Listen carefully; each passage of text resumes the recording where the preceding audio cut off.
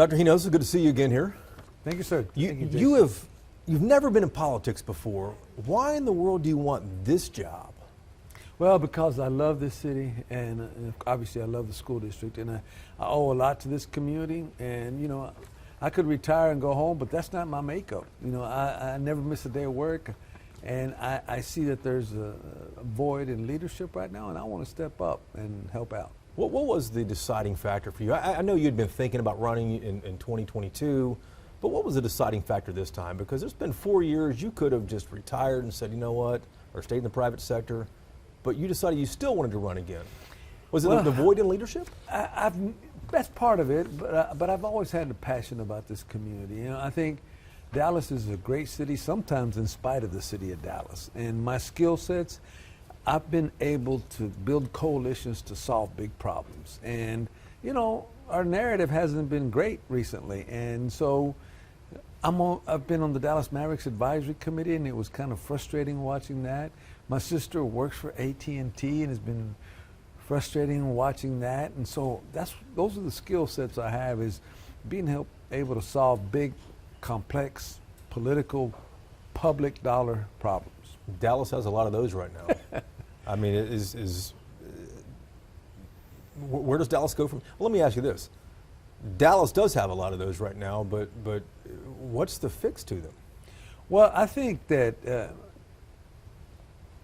I've never had a strategic plan, because you don't know what's going to happen in 5 years. No one knows. But I've always had this, and the University of Georgia Business School convinced me it's called strategic thinking. It's an 18-month plan.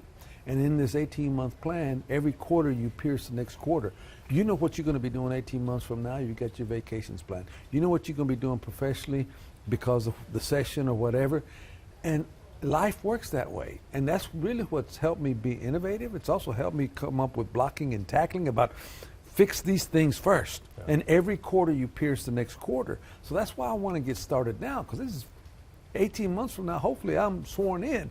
Yeah. But I'm not starting fresh, and it's just a lot of moving parts.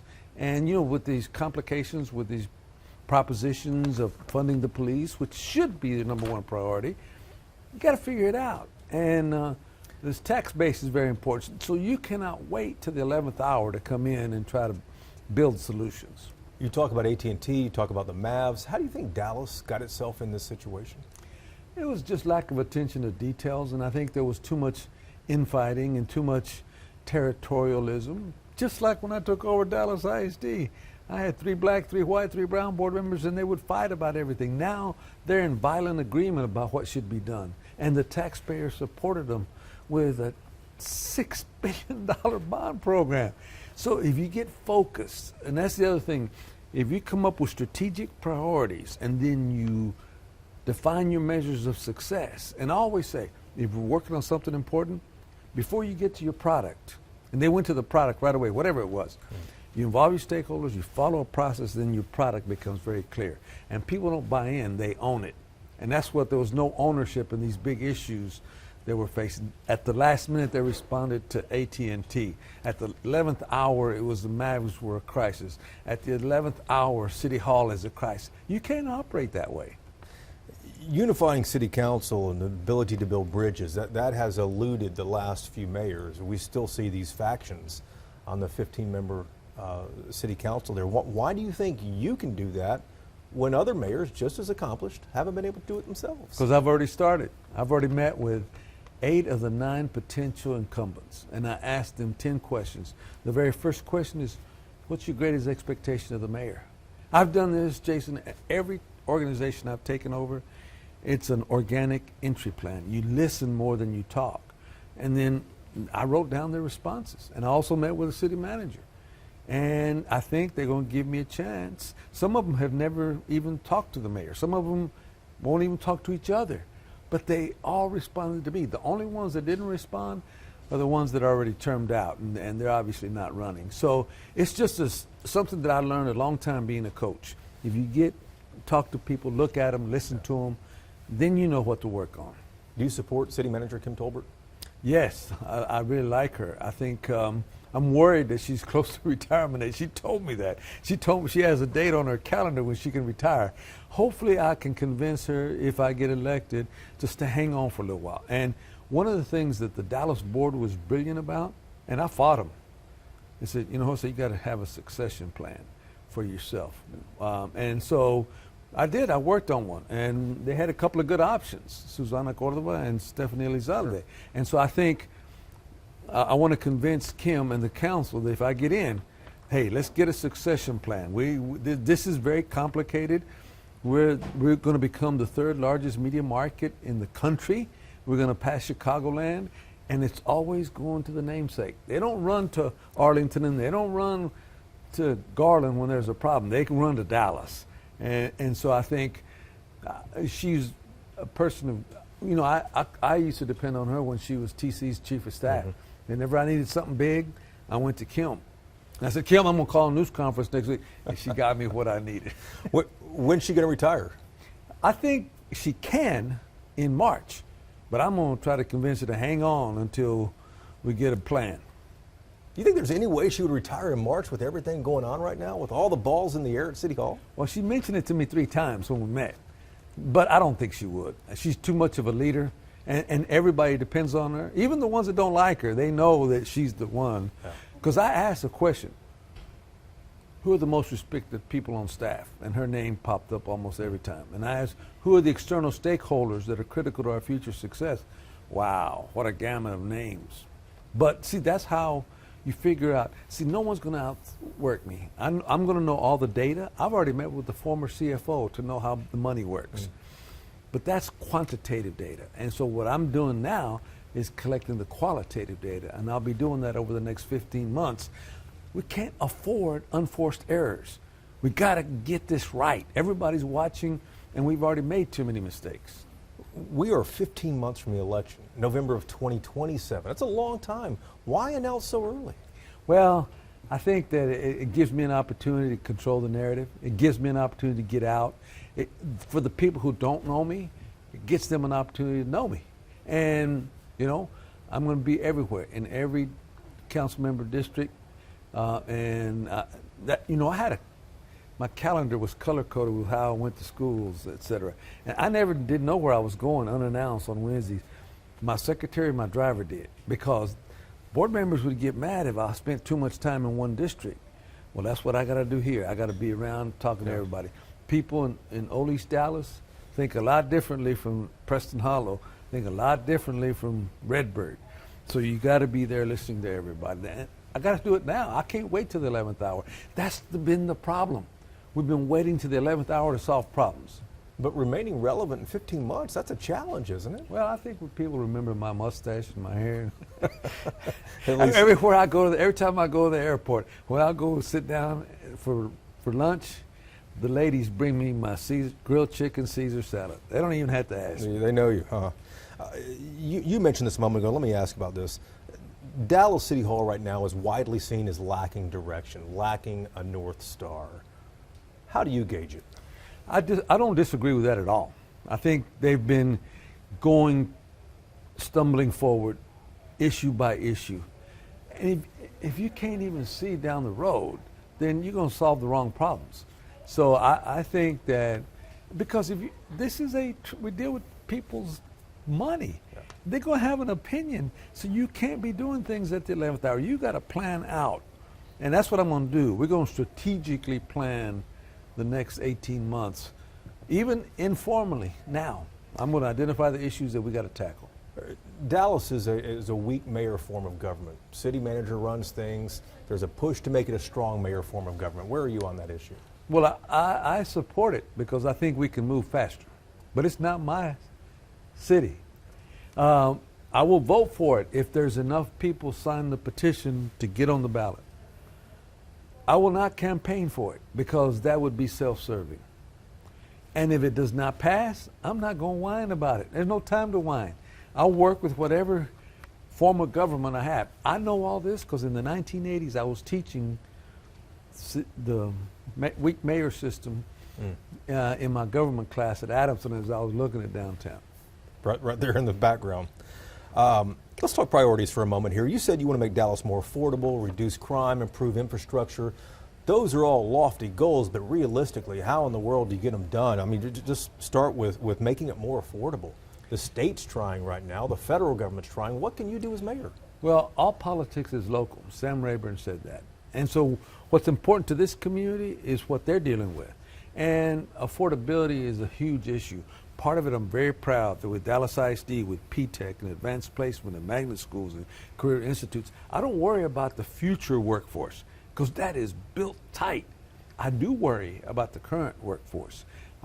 That's why I volunteered as the chair of the South Dallas Employment Project, where we take people who are unemployed, underemployed, and unemployable and get them back to work. I've also convinced Dr. Elizalde and Dr. Lannan that why are these career institutes vacant at night? Why don't we train the parents in there in cybersecurity, mechatronics, dual language HVAC? So if you start getting people more income, then it's going to become affordable. The only place that's affordable is in southern Dallas. And you better hurry, because if you're near that I-30, it's no longer affordable. If you're at Redbird, it's no longer affordable. There are just pieces in there. But they need infrastructure, they need companies that are willing to invest, and I'm the guy that's going to help them. But a lot of that was the school district stuff. As mayor, though, affordability, I mean, what can you do or what can you push and get behind and advocate for that would make this city more affordable? I'm going to show you a video. I'm going to send it to you. There's this kid that grew up in Pleasant Grove. Yeah. We had to convince him to go to P-TECH. He went to P-TECH, he got out, he graduated 3 years. He worked to work for TI. He comes out and he says, I bought an 8-year-old car when I was 18. I bought property in Pleasant Grove when I was 19. Wow. That's how you make it affordable. And P-TECH are these advanced campuses Dallas ISD has that you champion for. Yeah, Pathways in Technology, where you get your associate's degree and you're paired with an industry partner. He got the chance to go to TI. A lot of our kids have never even been on an elevator, but that solution's baked in. And so now how do we take our current adults and give them that equal life's chance? And is it, I mean, it sounds like the school district is a tight partner with that, with the city. Is that how you're seeing making the city more affordable? Absolutely. That's the part of the coalitions that I'm talking about. It's in their best interest. I've also talked to I talked a little bit about the news conference that, why not take old buildings, old government buildings? Declining enrollment is about to happen. So what if you take an old building, instead of leaving it abandoned, what if you turn it to housing for police officers who want to live here, for firefighters, for teachers, for principals? They're used to being in this community. They just can't afford to live it, or the conditions aren't good enough to raise a family. That's the quality of life pillar that I talked about. One of the biggest flashpoints in the city today is the future of Dallas City Hall. You said that Dallas should honor its past, but also noted the building needs to be functional at the end of the day. To be clear, do you support investing in the current building or moving on from it so that land can be redeveloped? If it was my decision, I probably would not do that, because the number is going to not invest in the current structure. So move on from it? It's not functional. It's not efficient. It's big. It has great history. So we need to figure out how to honor that history. But, I'm less worried about, because the Central Business District will be redeveloped. Between the Convention Center and Dallas ISD and Dallas College, we got some people that are going to invest there. Now, it needs to be better, and there needs to be a plan. But we also can't waste resources. And you can have a win-win. There's a lot of other buildings real close to that building where city employees could go.